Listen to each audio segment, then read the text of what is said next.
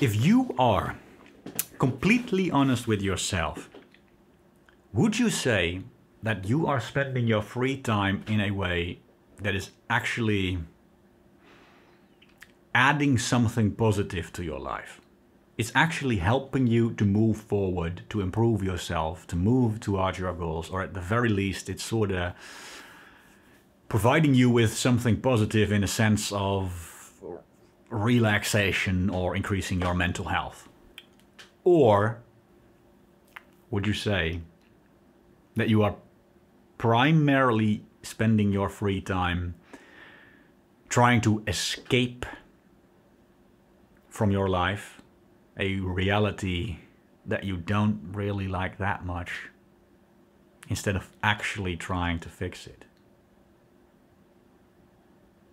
I saw this video from David J.P. Phillips that said this. A good piece of advice. Use the weekend to build the life you want, not to escape the life you have. And I know this can be challenging, but just hopefully, this little spark of inspiration from me to you may open your eyes to the idea to spend your next coming weekends building the life you want, not escaping the life you have. I think the uncomfortable truth is that most people try to escape a reality that they don't like most of the time, right? I'd say this goes even further than your weekends. I'd say you could use this logic for just free time in general. A similar thing applies to evenings, right? So many people, they don't really like the job they have. They don't really like going to school or college. So they come home. What do? What does the guy that doesn't like the job he has do whenever he comes home, right? He doesn't figure out what to do to get another job.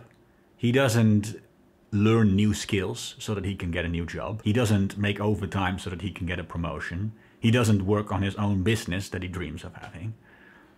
He comes home and he starts up the computer or the TV and he plays a video game or watches Netflix with his wife on the couch, sitting there being kind of grumpy, being kind of miserable.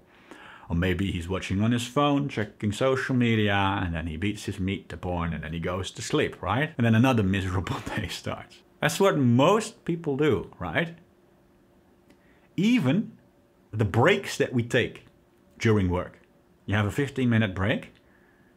What does an average person do? Does that average person actually use these 15 minutes to actually unwind his brain and meditate, or maybe go for a walk by himself? Or does this average person reach for his phone and start watching videos or social media, right? Which one is it?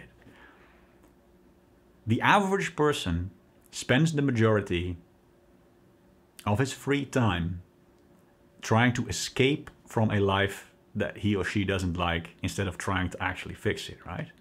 And this is the irony of escapism. You are running away from the problem, aren't you? The name, escapism, it says it all. You are trying to escape from reality. The problem is reality. You don't like your reality. You might be completely miserable, or at the very least, you don't like your life that much. It's kind of meh, right? It's all right, but it's kind of meh, and you would like to see a better life. But instead of addressing the problem, reality, your life, you try to escape from reality, right? How can you fix a problem if you keep running away from the problem?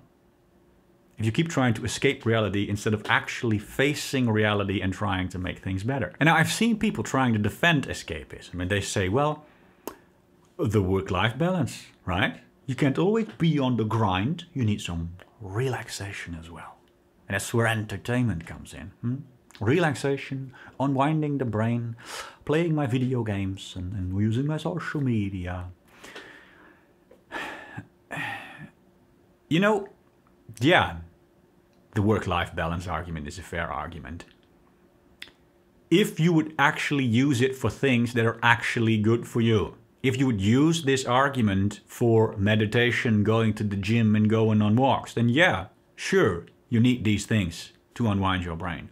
But the idea that using social media or playing video games is actually good for you and actually unwinds your brain is just a fucking lie, okay? It's not true. It just provides you with more impulses and more dopamine, and it's just nothing but an escape from reality. It makes you temporarily forget about reality instead of having to face the truth. But this is the problem. I know that life can be hard. And I know that you might be tempted to want to not think about it for a moment. But you have to understand that the more that you try to escape from this reality right now, the worse your reality will become over time. It's a simple fact, and you probably know it. Deep down, you know that the more that you keep escaping, the more and more miserable your life will end up becoming over time. And I'm not saying that this means that you can never do any form of entertainment ever again, that you are never allowed to play any video games ever again.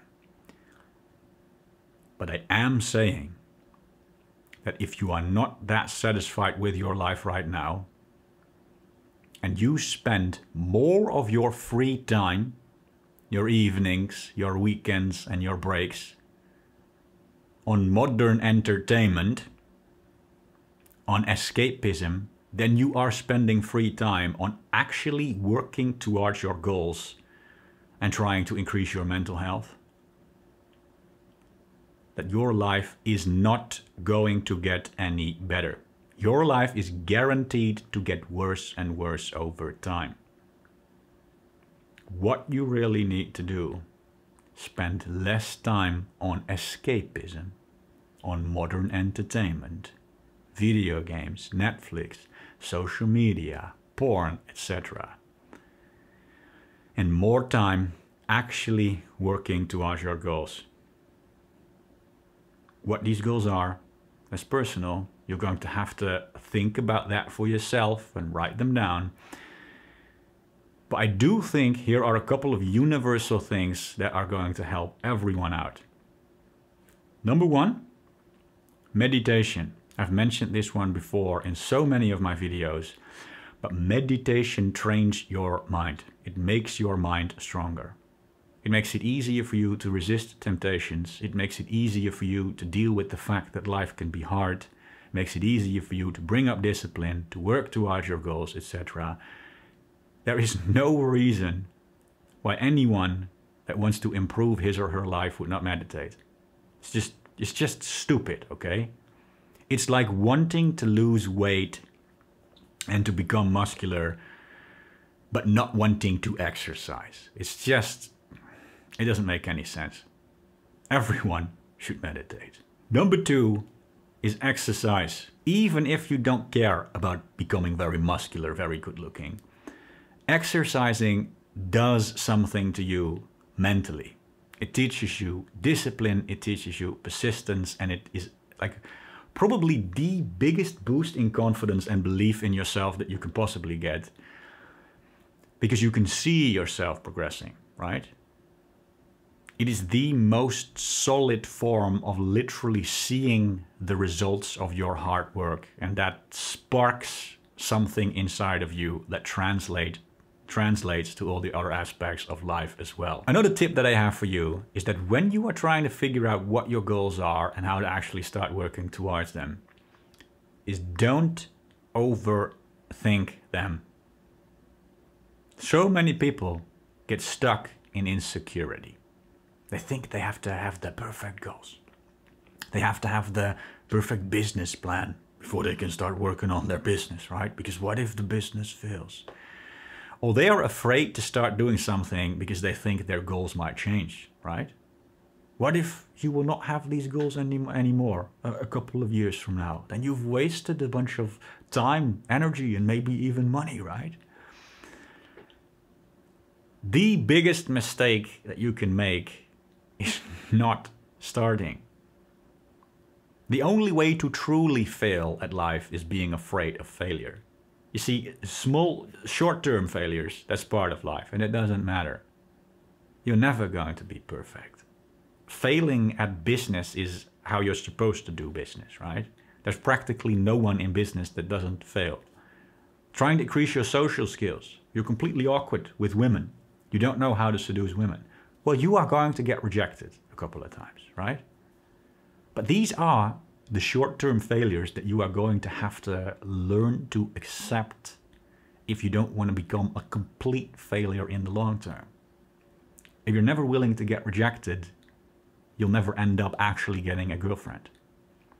If you're never willing to fail at doing business, you're probably never going to have a successful business. Don't overthink your goals. Just start somewhere, fail, learn from your mistakes, pick yourself back up, keep going, and adjust your goals along the way. And then another quick tip for those of you that sort of don't know where to start, or you might think that starting on your goals is sort of intimidating because your goals are too big. One thing that always helps is breaking them down into smaller chunks. So let me just give you an example.